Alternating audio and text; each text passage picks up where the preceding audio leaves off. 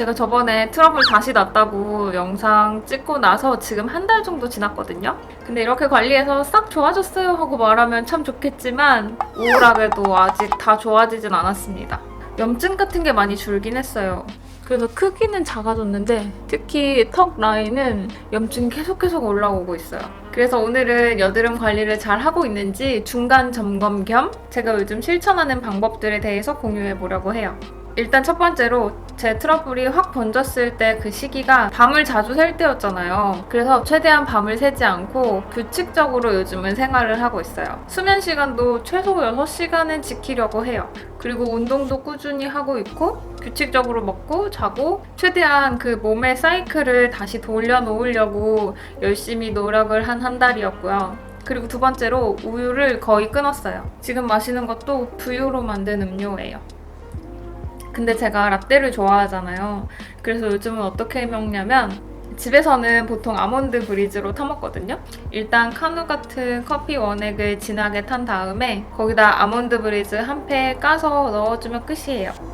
두유로 해도 그 고소한 맛이 맛있지만 요즘은 그 아몬드 브리즈 향이랑 커피 향이랑 되게 잘 어울리는 것 같아서 요즘 그렇게 자주 마시고 있고 유제품은 최대한 안 먹으려고 해요. 근데 그것뿐만 아니라 치즈 많이 올려서 피자 먹은 날 그 다음날도 트러블이 많이 올라오는 게 느껴지는 거예요. 그래서 안 되겠다 싶어서 유가공품까지도 거의 안 먹고 있어요.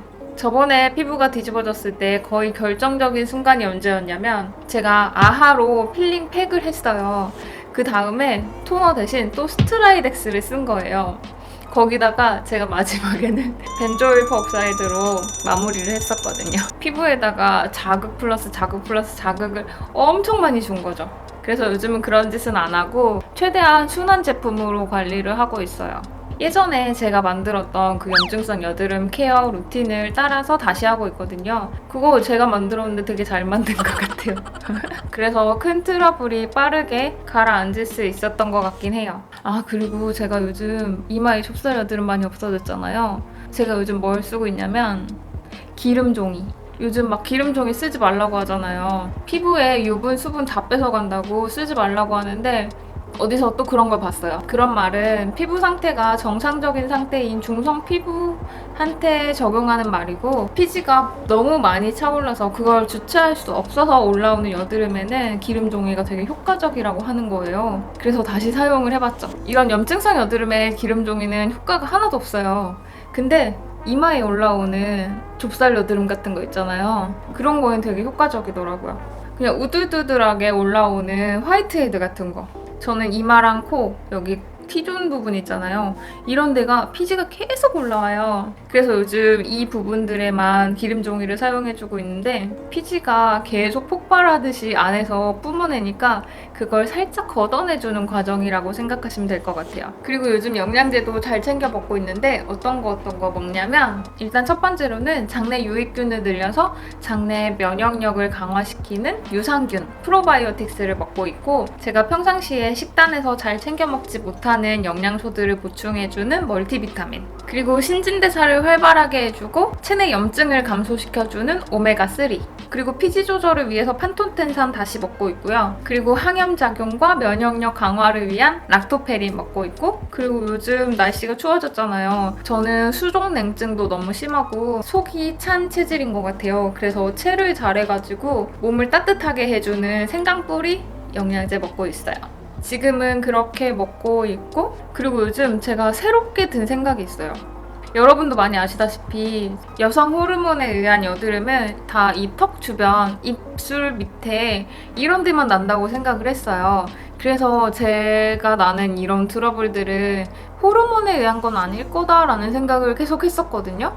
근데 얼마 전에 제가 또 너무 이 트러블 때문에 스트레스를 받아서 막 구글링 하다가 그런 호르몬 불균형에 의한 트러블이 났던 사람들의 그런 사례들을 찾게 됐어요. 제 트러블 같은 양상을 보이는 그런 사례들이 굉장히 많더라고요. 턱선하고 이 광대뼈 밑에 이런 데 많이 난대요. 그런 분들도. 입 주변 이런 데 나는 게 그 여성 호르몬이라고 알고 있었는데 전혀 생각하지도 못했던 그 새로운 가설들이 제 마음을 요즘 흔들고 있어요.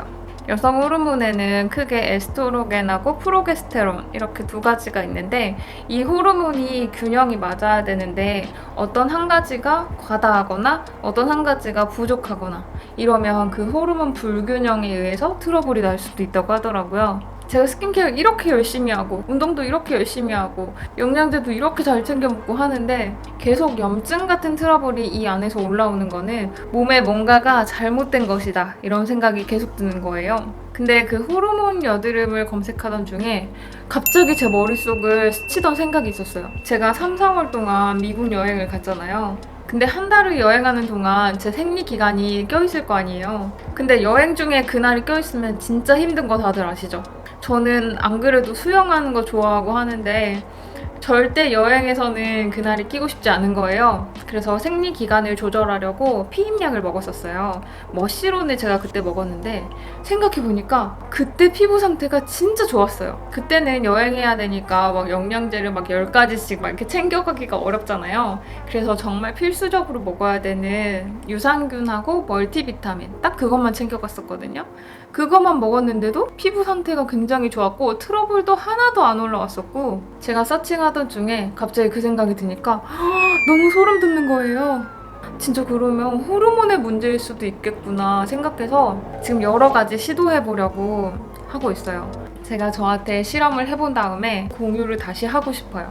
그리고 이 호르몬 쪽 공부를 해보니까 너무 복잡하고 내용도 많고 해서 아예 영상을 따로 만들어야 될 것 같아요. 가장 좋은 거는 이렇게 여드름이 싹 들어갔어요 하고 다시 보여드리는 게 가장 좋은 시나리오인데 제가 여러 가지의 실험을 해본 뒤에 다시 성공 사례로 공유를 할 수 있었으면 좋겠네요. 자, 오늘 이렇게 중간 점검을 해봤는데 얼른 피부 괜찮아져서 다시 영상 많이 찍을 수 있었으면 좋겠어요. 자, 오늘 끝까지 영상 봐주셔서 감사하고요. 우리는 루시파크에서 좋은 모습으로 다시 만날게요. 안녕!